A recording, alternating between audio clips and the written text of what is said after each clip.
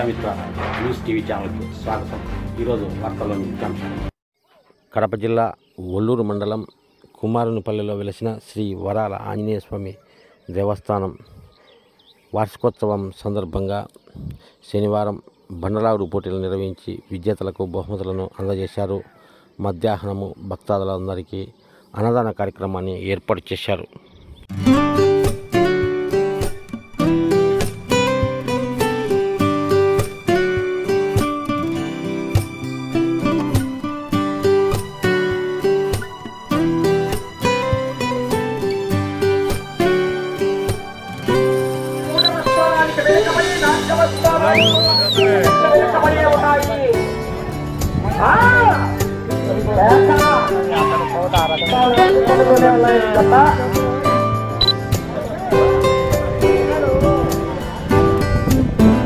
మూడవ రౌండ్ పూర్తి చేస్తూ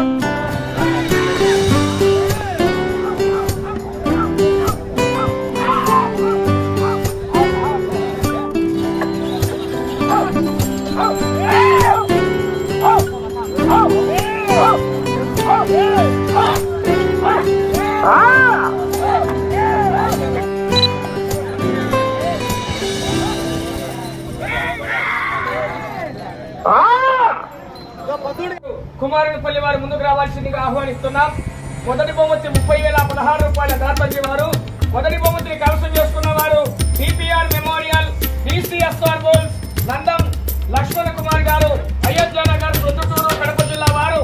4,550 అడుగుల 9 అడుగుల దూరాన్ని దాటి 30,016 రూపాయలు కైవసం చేసుకున్నారు.